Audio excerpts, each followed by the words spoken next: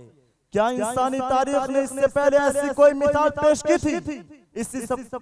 इसी सफर में जब हजरत उमर फारूक रज़ियल्लाहु अन्हु बैतुल मुक़द्दस के करीब पहुंचे और इस्लामी लश्कर के सरदार ने आपका ये हाल देखा कि गर्दालू कपड़े और कपड़े भी मामूली, सफर के लिए फकत एक ही ऊँट है, तो उन्होंने आपको एक घोड़ा इस गर्ज से पेश किया कि खलीफा वक्त को ज़र्क बर्क पसंद ईसाइयों के सामने जरा रुआब व दबदबा के साथ आना चाहिए। गिरामी कदर साथियों, हजरत उमर रज़ियल्लाहु अन्हु ये मशवरा मान लिया, लेकिन घोड़े की सवारी थोड़ी दूर तक की थी कि आप नीचे कूद पड़े और कहा मुझे मेरा ऊँट ला दो, मैं उसी पर सफर करूंगा, क्योंकि घोड़े पर चढ़कर मेरे दिल में तकब्बुर पैदा हो गया। गिरामी कदर साथियों, गौर करने का मकाम है कि खुद रसूलुल्लाह सल्लल्लाहु अलैहि वसल्लम ने अपने विसाल से कबल एक लश्कर तरतीब दिया था, जिसका अमीर अपने आजाद करदा गुलाम हजरत ज़ैद बिन हारिस के साहबजादे हजरत उसामा रज़ियल्लाहु अन्हु को बनाया था। आपके ज़ेरो कमान बड़े बड़े अंसार मुहाजिरीन सहाबी थे। लश्कर अभी मदीना के हुदूद में ही था कि आपका विसाल हो गया और लश्कर वापस आ गया। आपके बाद जब हजरत अबू बकर रज़ियल्लाहु अन्हु खलीफा मुंतखब हुए, तो सबसे पहले आपने उस लश्कर को मुआद पर रवाना किया। हालांकि कुछ लोग हजरत उसामा की इमारत पर मुत्तफिक न थे कि एक तो उनकी उम्र सिर्फ 17 साल और दूसरे आला नस्बी का मामला, लेकिन हजरत अबू बकर रज़ियल्लाहु अन्हु उन लोगों की राय मानने से साफ इनकार कर दिया। जो थोड़े से लोग इस अमर पर शर्मिंदगी का एहसास कर रहे थे वो भी खामोश हो गए। चुनांचा हुकूक इंसानी और मुसावात पर मबनी तालीम का वो सिलसिला जो मक्का की संगलाख जमी से तन्हा उठा था, वो देखते ही देखते एक मुख्तसर अरसा में तनावर तख्त बन गया। यही वो आवाज थी जिसने उस शख्स हुकूमतों और रियाया में देवी देवताओं का रूप धारण करने वाले बादशाहों की कलई खोल दी। इस इस्लामी मुसावात के अमली मुजाहिरा ने इस्तेहसाल शुदा कौमों के अंदर जो खरोश भर दिया, उनके मुर्दा जज्बात अंगराजा लेने लगे और उनके एक कसीर तादाद इस्लाम की पनाह में आ गए। इस्लामी मुसावात ने इन ममालिक के अक़वाम को भी अपने हुकूक के सिलसिले में राह दिखाई जो अभी तक इस्लाम नहीं ला सकी थी। ये गर्चे धीरे धीरे हुआ। लेकिन इस बात पर यूरोपीय मुसन्निफीन भी मुत्तफिक हैं कि मौजूदा इंसानी का आलमी मंशूरा या बेदारी इस्लाम के हुकूक इंसानी से मुस्तआर है। अगर इस्लामी मुसावात का ज़हूर ना होता और इस्लाम के मानने वालों ने इस्लाम के इंसानी हुकूक को अमलन करके ना दिखाया होता तो इंसानियत की कसीर तादाद जुल्म व वजबर की चक्की में इसी तरह पिसती रहती और इक़्तिदार पर काबिज लोग आवाम में माफ़ौक़ुल फितरत का दर्जा हासिल किए रहते। लेकिन कुरान ने इस जुल्म और सितम को पाश पाश कर दिया और तमाम इंसानों को बराबरी का दर्जा दिया। न नस्ल का मयार रहा और न दौलत और न इक़्तिदार का, बल्कि बुराई की मयार नेकी और परहेजगारी को करार दिया।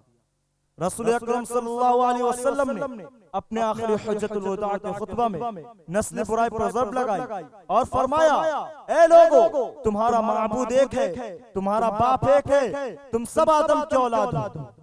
आदम को मिट्टी से बनाया गया। अल्लाह के नजदीक तुम में सबसे बेहतर वो है जो अल्लाह का फर्मा बरदार है। किसी अरब को किसी अजम पर फौकियत नहीं सिवाय परहेजगारी और तक़वा की। दुआ फरमाइए कि अल्लाह ताला हम तमाम लोगों को सुन्नत के मुताबिक जिंदगी गुजारने की तौफीक बख्शे। आमीन व आखिरु दाअवाना अनिल हम्दुलिल्लाहि रब्बिल आलमीन। माशाअल्लाह, ये थे हाफिज कैफ सल्लल्लाहु जो अपनी प्यारे अंदाज से हम सब समाईन को तकरीर पेश कर रहे थे। कांटों में जो खिलता है, शोलों में जो पलता है, कांटों में जो खिलता है, शोलों में जो पलता है, वो फूल ही गुलशन की तारीख बदलता है।